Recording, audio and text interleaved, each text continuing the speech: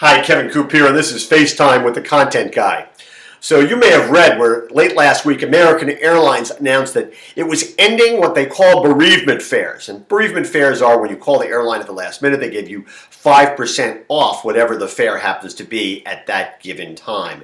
And they said they were ending bereavement fares because, well, A, they needed to sync up their policies with those of US Air, which they're merging with, and B, well, quite frankly, you could find better prices on low-cost airfares anyway, and there really was no need for them to offer bereavement fares. This is what they said.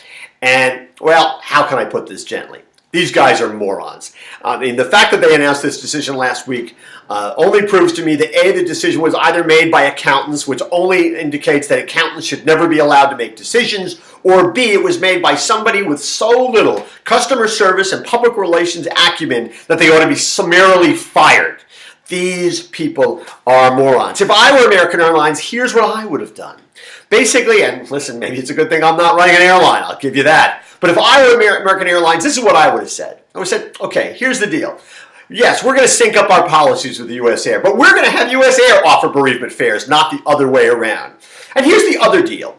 And this is what I would say, especially to my frequent flyers, the people who spend a lot of money with me during the year. I'd say, here's the deal. You have a problem. You have a bereavement issue. You have to get to someplace because you have this specific need or problem. We will move heaven and earth to get you on one of our flights into one of our seats and get you where you need to go. And it's not going to be a matter of money. It's going to be a matter of serving your needs. Because I'll tell you, you do that, you're going to have a customer for life as opposed to saying, go shop someplace else. Now, yeah, sure, you'd have to have rules, right? You'd have to make sure people didn't take advantage of it. But it seems to me that's easier than ever, especially at a time when you can call up any little piece of information on the internet. It's not like the old days if somebody died in New York and somebody had to come up with an obit in California. These days, everything's online. You can prove this stuff. It's not that hard. But no, they did the other thing. They said, we're ending bereavement fares because, in essence, we don't care. They're saying the bottom line is more important than anything else. And that's,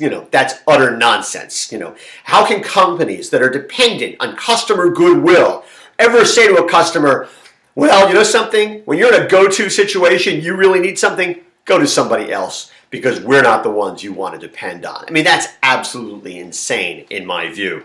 Listen, companies have to do the right thing. They have to understand this is not always about the bottom line. You're depending on customers to come back to you. And if you don't take care of them, they're going to go to somebody else. And that's essentially what American Airlines has said to its customers. And here's the irony. I mean, the amazing irony about this is, okay, let's suppose I'm in New York and somebody dies in California and I have to get out there real quickly.